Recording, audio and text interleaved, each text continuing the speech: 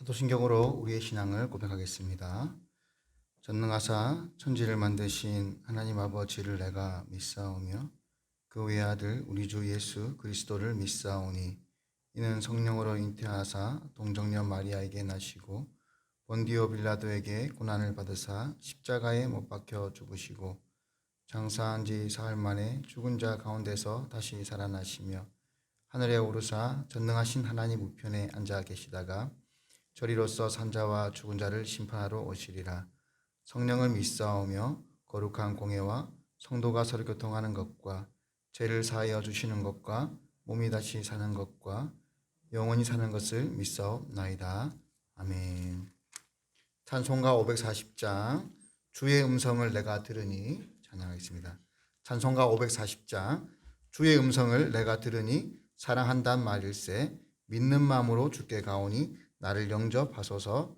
내가 매일 십자가 앞에 더 가까이 가오니 구세주의 흘린 보배 피로써 나를 정케 하소서. 찬송가 540장 찬양하겠습니다. 주의 음성을 내가 들으니 사랑한다 말일세 믿는 마음으로 주께 가오니 나를 영접하소서.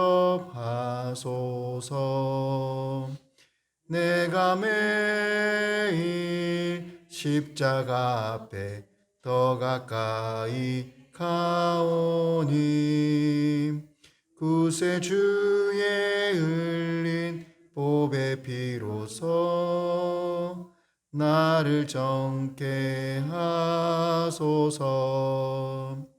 주여 넓으신 은혜 베푸사 나를 받아주시고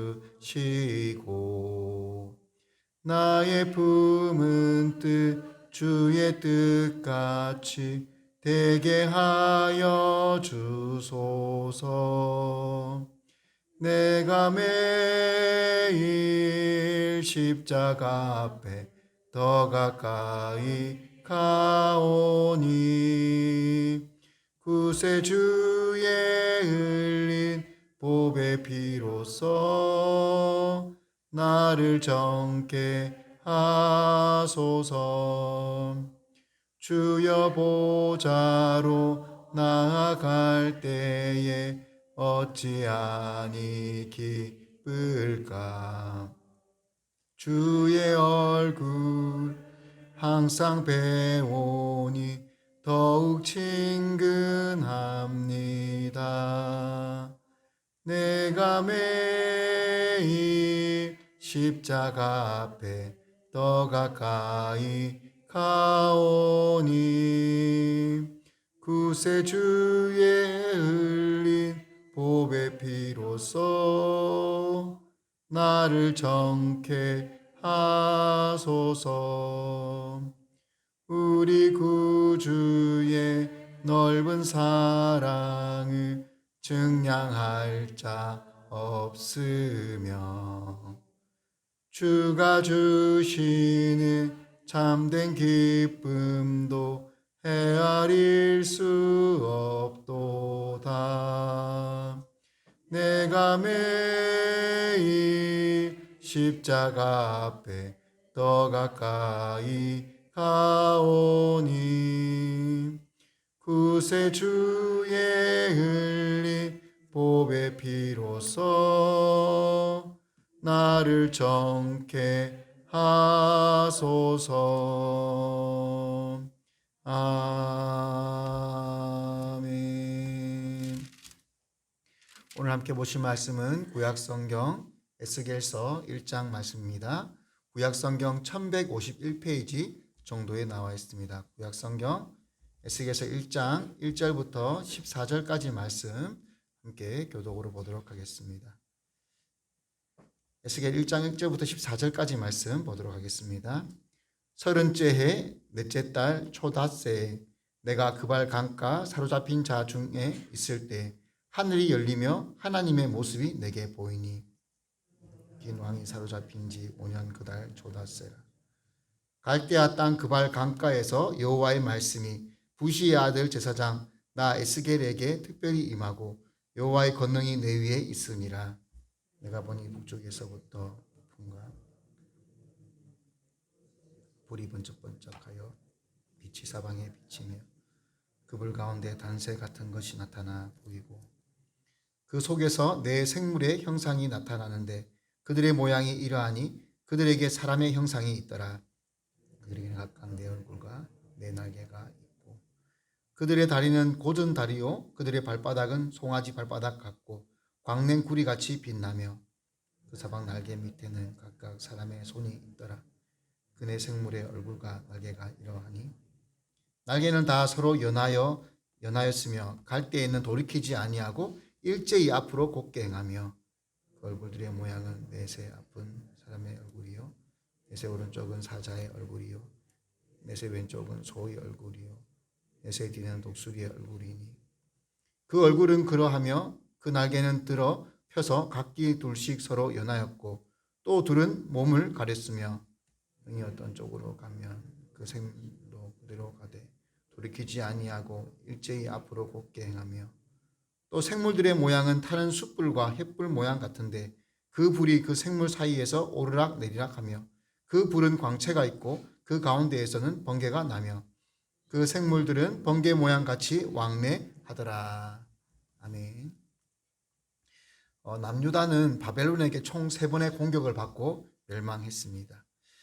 1차, 2차 공격 때에 1차 때는 다니엘과 친구들이 잡혀갔고 2차 때는 오늘 본문에 나오는 것처럼 에스겔과 그리고 또 오늘 본문 이전에 나오는 여호야긴 왕이 포로로 끌려갔습니다. 2차 공격이 있은 이후로 약 11년 뒤에 완전히 멸망을 당했습니다. 3차 공격 때에는 예루살렘에 있는 성과 그리고 또 성전이 완전히 파괴가 되었습니다. 오늘 본문은 여호야긴 왕이 잡혀간 지 5년 됐다고 나옵니다. 이제 앞으로 6년이 더 지나면 에스겔이 오늘 1장에서 예언을 받은 이후로 6년이 지나면 완전히 남유다가 멸망하게 되는 것입니다. 오늘 이 에스겔에 대한 환상과 본문 예언은 하나님께서 에스겔을 통해서 이미 포로로 끌려가 있는 바벨론 그발 강가에 살고 있는 하나님의 백성들에게 알려주시는 메시지입니다.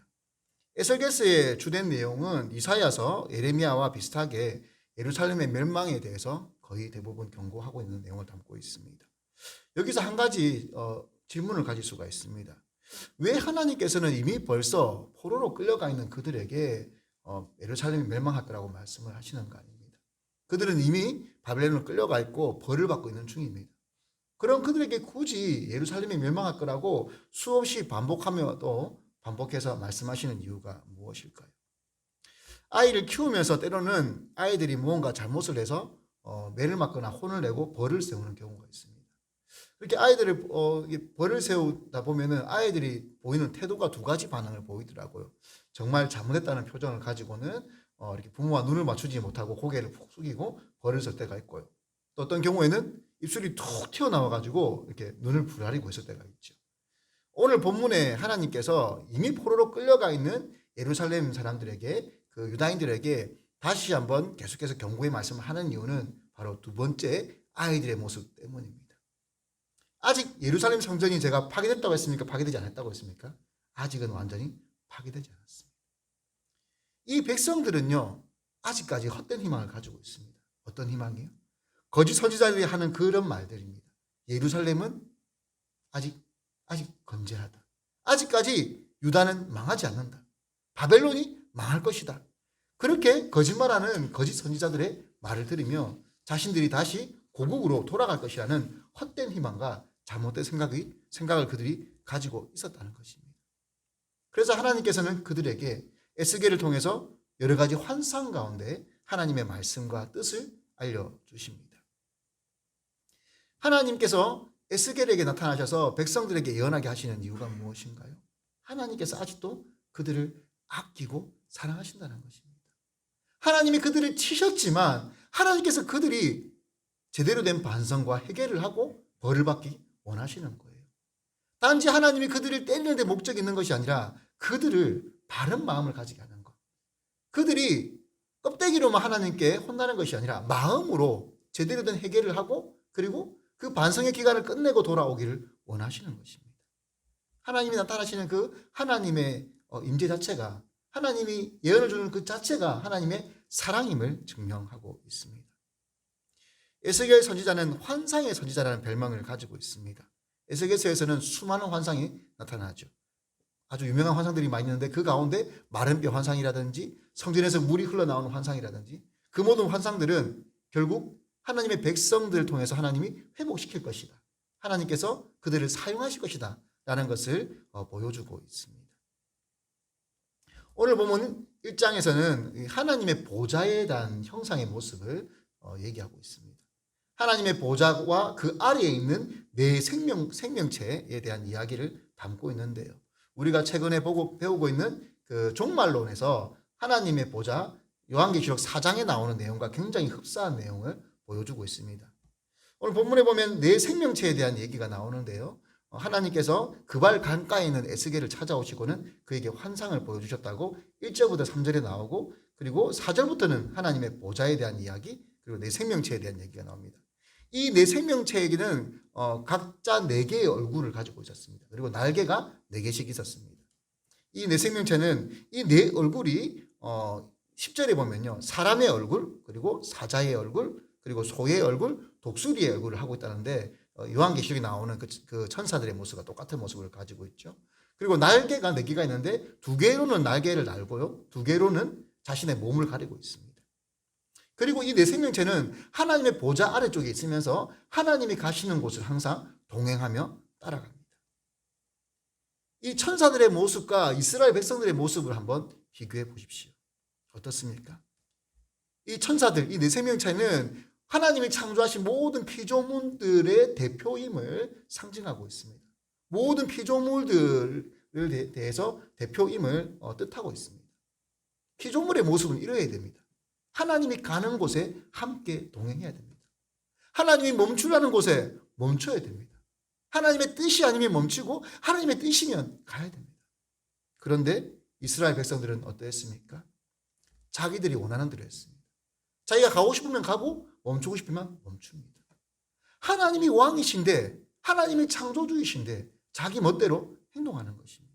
그것이 아담과 하와의 모습이었고 가인의 모습이었습니다. 하나님이 에스겔에게 하나님의 보좌의 형상을 보여주신 뒤에 그 뒤에 에스겔을 데리고 예루살렘 성으로 데리고 가는 장면이 이 이후 성경에 나옵니다. 거기 가서 뭘 보여주신지 압니까? 예루살렘 성전에서 하나님을 예배하는 것이 아니라 음란하게 우상을 숭배하는 모습들을 하나님이 에스겔에게 보여주세요. 그런 예루살렘 성전을 어떻게 하나님이 파괴하지 않을 수가 있겠습니까? 그런데도 불구하고 아직도 이 포로로 끌려가 있는 유대인들은 반성하지 않습니다. 회개하지 않습니다. 하나님이 너무하신 거 아니냐? 왜 우리가 여기 끌려와야 되느냐? 바벨론은 망할 것이고 우리는 돌아갈 것이다. 그런 잘못된 생각으로 입이 툭 튀어나와 있는 아이들의 모습으로 그렇게 하나님 앞에 불만을 표하고 있는 것입니다. 에스겔 3장 12절에 가면 이 네 생명체가 하나님을 찬양하는 모습이 나옵니다. 하지만 유대인들이 어떻습니까? 이스라엘 백성들이 어떻습니까? 하나님을 찬양하는 것이 아니라 우상을 숭배하고 자기의 삶을 위해서 살아가고 있습니다. 하나님 만든 피조물들은 그래야 됩니다. 자신의 삶을 하나님의 영광 받으시도록 써야 되고 하나님을 찬양하는 데 써야 되는데 자기 인생의 주인이 자기가 되어서 자기를 위해 살아가는, 그리고 우상을 위해서 숭배하고 그것이 잘못된 것인지도 모르고 추구하는 것들이 바로 헛된 인간들의 모습인 것입니다. 이 천사들은 2날개로 날고 2날개로는 몸을 가렸다고 했습니다. 자신을 가리는 것은 하나님 앞에서의 겸손을 뜻합니다.